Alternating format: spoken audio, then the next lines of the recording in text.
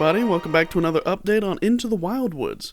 You might notice that on the starting zone that we're in right now, we have a little bit of a change in the graphics because I've kind of gotten rid of that nasty post-processing effect because it was cheesy and wasn't really capturing what I was looking for.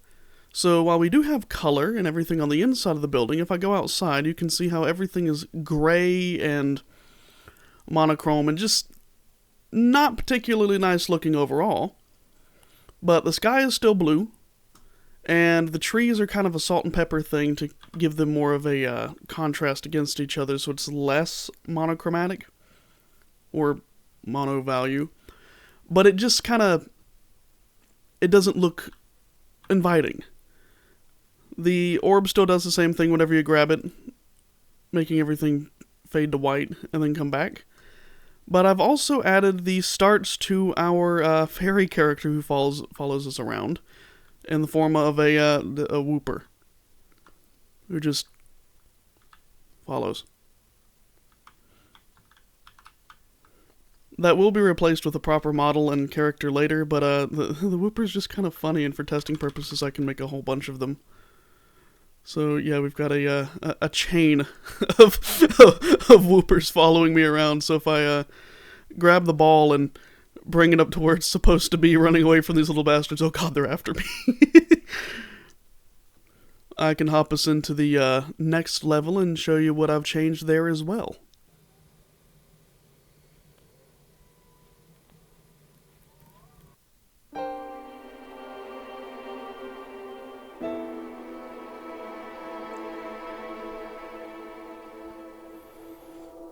Well, that's infurigating. I don't know why the shaders aren't compiled, probably because I'm running this in a standalone game, but thanks Unreal Engine. We're gonna have super dark shadows for a couple of seconds. But that's not really the important part about what's going on in this level. I mean, everybody's seen what it's supposed to look like with compiled shaders, and it'll pop back in here in just a second. But, all the way across the way, you can see our next area, which is the temple. I believe I covered that last time, but I've inserted the goal into the temple yet. It doesn't really have a pedestal, but whenever we get there, you'll see it's just sort of floating there. And all kinds of interesting things happen whenever you grab it.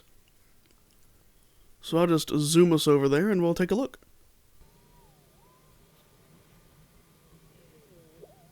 Oh, there they are. Yay, we have light in the world now. I'm not 100% sure. Well, no.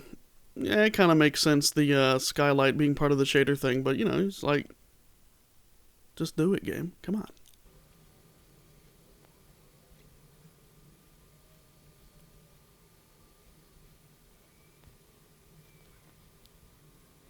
So as you can see, as we approach the temple of high contrast, I've timed it so that if you just run straight towards it, it becomes nighttime. I'm thinking about increasing that day-night cycle so that it takes a little bit longer because, you know, I know exactly where I'm going, not everybody else is. But if we just hop in here, we can see our goal. This is floating crystal, which I tried to make look like emerald, and I think I've sort of nailed like a raw emerald look, but it's kind of hard to tell. So if I pick it up, not a whole lot's changed. It still floats, which is fun. If you throw it, it'll bounce around, and oh yeah, I didn't even mention the other one. The walls sort of glow in here. You see the moss, it glows. I rather like that effect. But if I walk outside, holding the crystal, oh yeah, I forgot to put music in here. It starts the rainstorm, which is the lightning that's trying to get you, and the anti-aliasing is making the rain look all funny. But the object is, well, that would have hurt me, is to make your way to a portal, which you can sort of see. Whoa, man. It's getting real close here. The lightning, I do plan on having it stun you. You'll drop whatever you're carrying and have to pick it up again. But you can see off in the distance that little ring over there. That's the portal we gotta go to. So at this point, there will be enemies spawning in on you. The rain particle effect will be fixed so that it's not so, like, start and stoppy. Because it's currently, like, attached to the player character, but as you can see, changes in altitude really affect the way that it, you know, does rain. So I might make it more of a shifting, like, world type thing, and have it spawned in and set to follow you rather than it being an event listener type thing, turning in a particle effect on and off that's carried inside of the player character.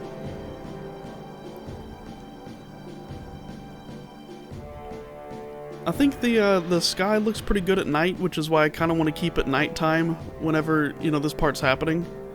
Because it'll kind of increase the difficulty and it fits the ambience better.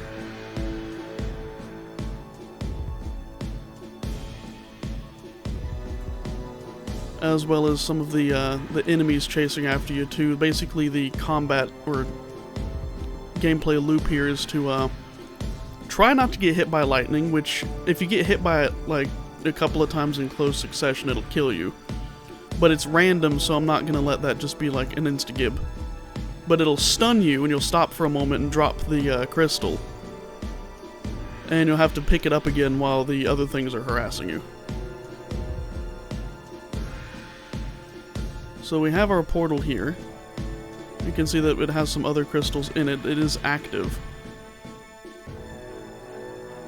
So if we hop in. Ooh. And that brings you here, which is really the star of today's show, is the level that I've been working on the most lately with our nice teardrop-shaped portal. That was just the one I copied over here in bigger versions of the crystal. You can kind of see how the surface of them looks whenever they're bigger. I'm kind of impressed with the subsurface scattering effects on these things. Hello, Whooper. You're just going to look at me, aren't you? But the Whooper, the fairy, would be telling you to keep track of this thing because that's the object that we need. But we have to turn this portal on, so you have to go through what is referred to as the Wandering Woods, which I don't have anything in here to delete and replace the thing, but take my word for it that this area does completely randomize the trees and all the foliage in here every single time you start it. I'll give an example of that here in a minute. But basically, the object of this area is to go and track down the keys to open up that portal. I've got some nice swampy bits hanging around in here, which they ended up looking really nice. The trees themselves have pretty good performance, pretty much the same as everything else, although I am getting a little bit of crust. Probably just because my graphic settings are a little bit heavy, because I do have a, that's tilde. I do have a actual like video settings thing going on, but a lot of the stuff in here is immune to it because I haven't had it set up yet, and these things, while they do work, apparently setting like your foliage distance all the way up, and anti-aliasing keeps knocking itself all the way. It's... Alright.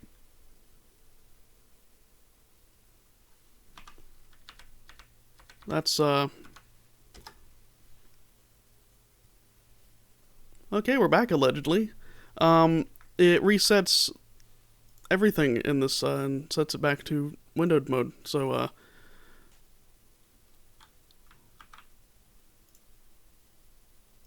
yeah, we're still, we're still recording properly.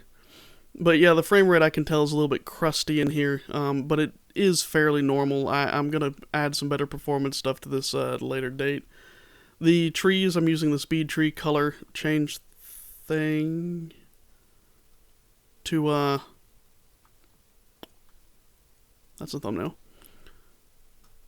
to give my color variation, which if I use map mode, you can see all the nice ethereal colors and stuff. It makes it look very fey.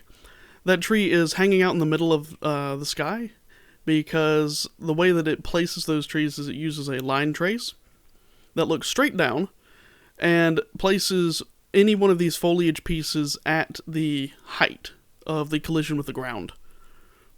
It also is also set to not place trees whenever it collides with a plane called water, which is not the surface of the water, but a plane just below the water that you can stand on, which is how you get that like sinking into the water effect. Purple flowers mean something. Here's one of our crystals. I made it look like turquoise. And I think the effect is pretty good. I mean, you can kind of see where the texture is a little bit like, I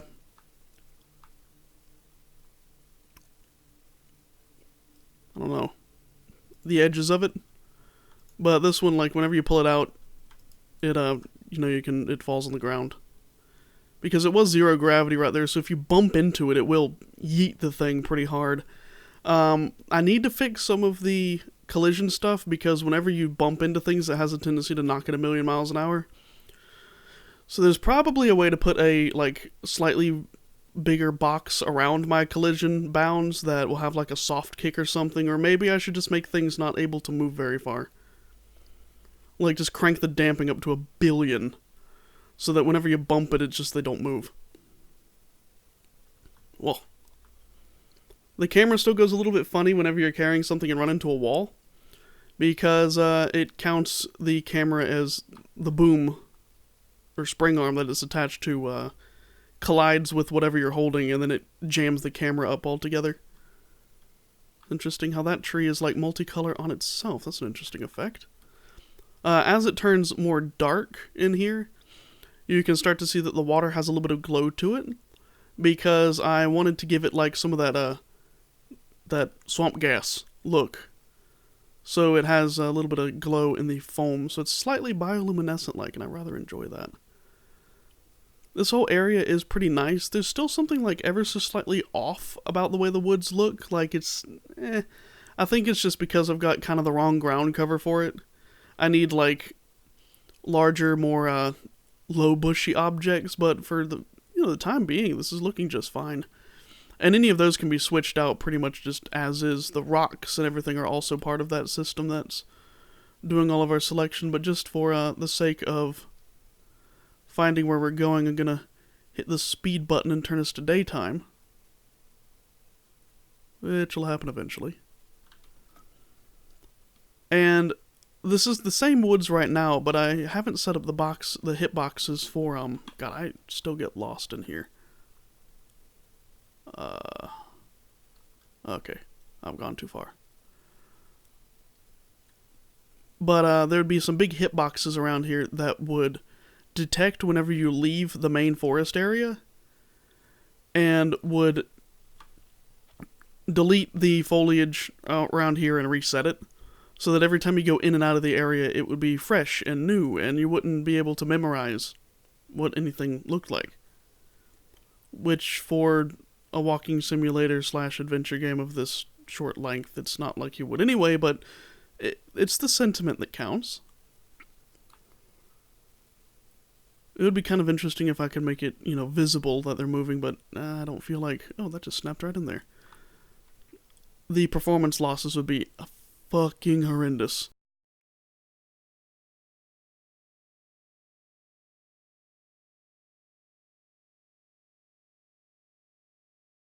Alright, so I've got the other crystal, and I'm going to pop it into the portal here, just so we can see it sort of open up.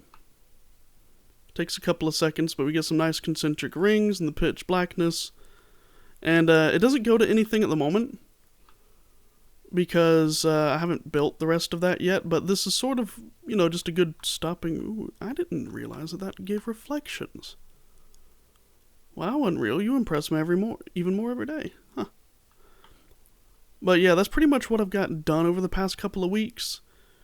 There's a bunch of stuff that still needs to be done in the details and like little tuning things, but I better get the actual gameplay loop complete before I start refining everything else. So if you have any questions, feel free to comment. I can answer all of them. And if you liked it, like it.